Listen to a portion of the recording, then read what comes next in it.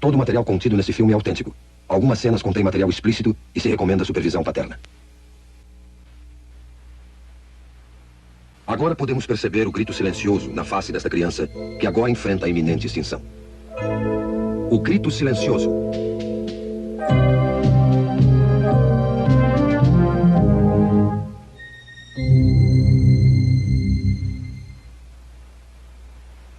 Meu nome é Bernard N. Nathanson.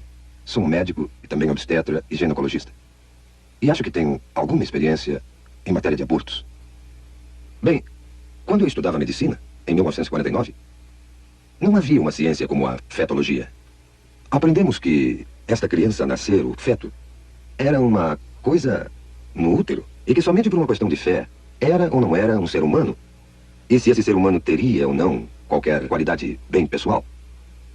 Mas essa história mudou desde 1970. Foi nessa época que a ciência da fetologia surgiu nos meios médicos. Surgiu pela mera apresentação de grandes e novas tecnologias, como a imagem ultrassônica, o monitor eletrônico do coração fetal, fetologia, histeroscopia, teste imunológico e uma série de outras novas tecnologias que hoje constituem, de fato, o corpo da ciência da fetologia. Mães e pais, pela primeira vez, têm podido ver suas crianças antes do nascimento, com essa espetacular tecnologia. Essas tecnologias, esses aparelhos e máquinas que usamos diariamente, têm nos convencido que, sem dúvida, essa criança nascer é também outro ser humano, outro membro da humanidade, sem distinção, de maneira alguma, a qualquer um de nós. E pela primeira vez, temos a tecnologia para ver um aborto sob o ponto de vista da vítima.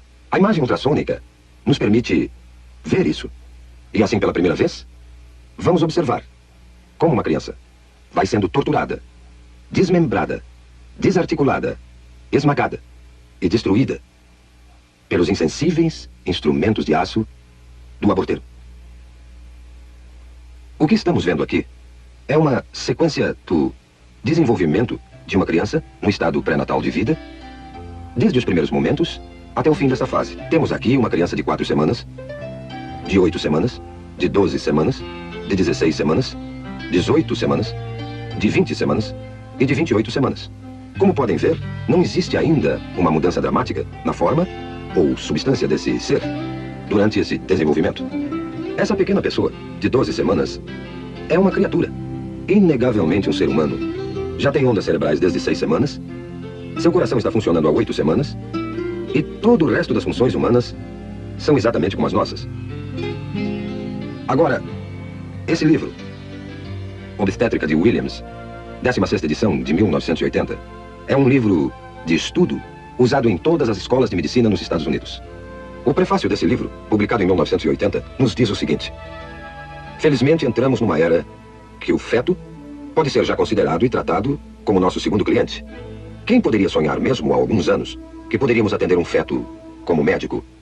As tradicionais éticas médicas e conceitos nos dizem que não devemos destruir nossos clientes e nós juramos preservar suas vidas.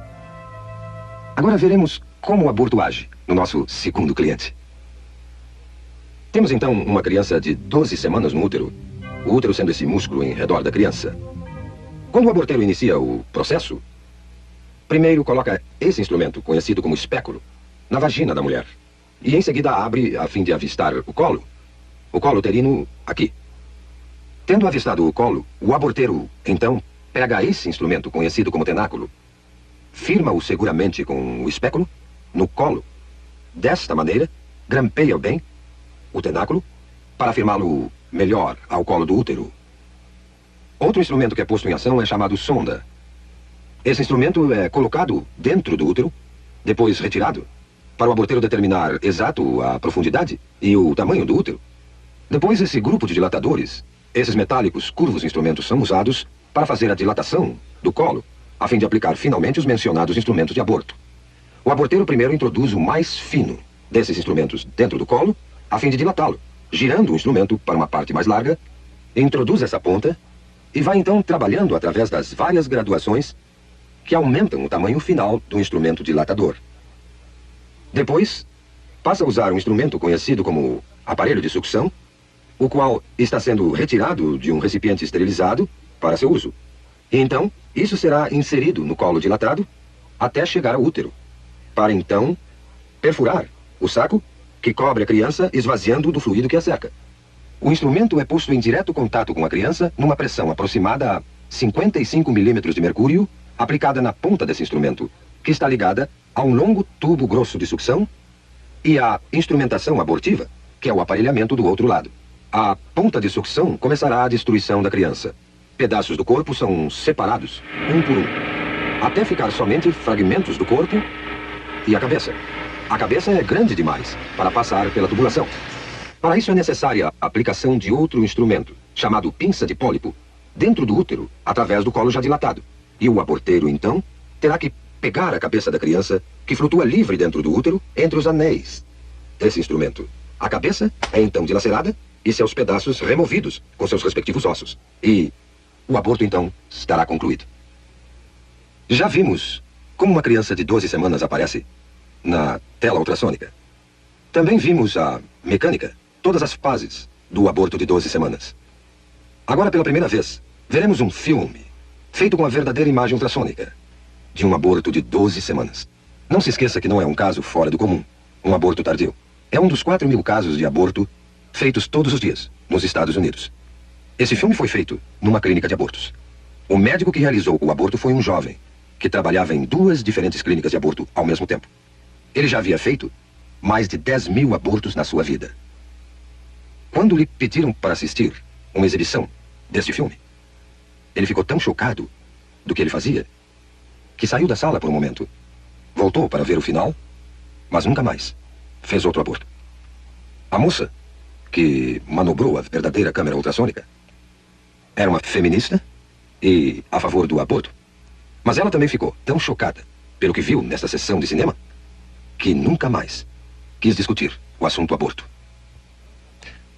Mas vamos voltar ao filme em questão.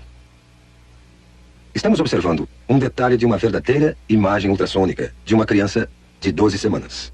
A criança está colocada nesta direção. Vocês estão vendo a cabeça da criança aqui, o corpo inteiro da criança aqui, e essa imagem é a mão da criança perto da boca. Olhando essa criança mais de perto, observamos o olho ou a órbita ocular aqui, o nariz da criança aqui, sua boca aqui, e até vemos o ventríloco do cérebro aqui. Esse é o fluido que enche os espaços do cérebro. Vemos o corpo da criança aqui, com as costelas em silhueta, e sua coluna vertebral atrás. Essa é uma área granulada de tecidos, na parte superior. Parece ser a placenta da criança. Podemos até distinguir aqui as coxas, as extremidades inferiores saindo do corpo, dessa maneira. Agora, vamos à ação. Vemos o coração batendo no peito da criança. Suas batidas são de 140 por minuto aproximadamente. Agora, vemos a criança se movendo dentro do útero e observamos várias mudanças de sua posição.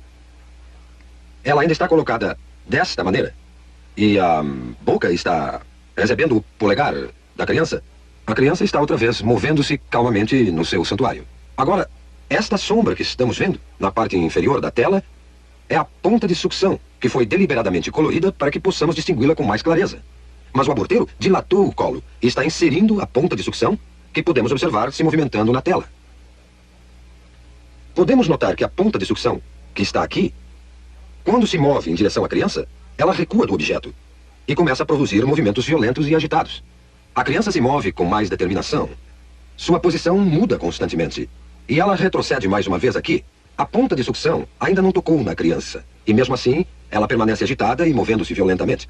A criança virou agora outra vez de perfil e a ponta de sucção volta mais uma vez a aparecer na tela. A boca da criança está aberta, o que veremos mais uma vez em outro momento. Mas esta ponta de sucção, que vemos se movendo violentamente na parte inferior da tela, é um instrumento mortal, que eventualmente irá destruir a criança. É só depois que o saco é perfurado para a saída do líquido que a ponta do aparelho entrará em contato com a criança. Mas podemos observar a ponta movendo-se enquanto o aborteiro procura o corpo da criança. Mais uma vez vemos a boca da criança aberta, como se estivesse emitindo um grito silencioso.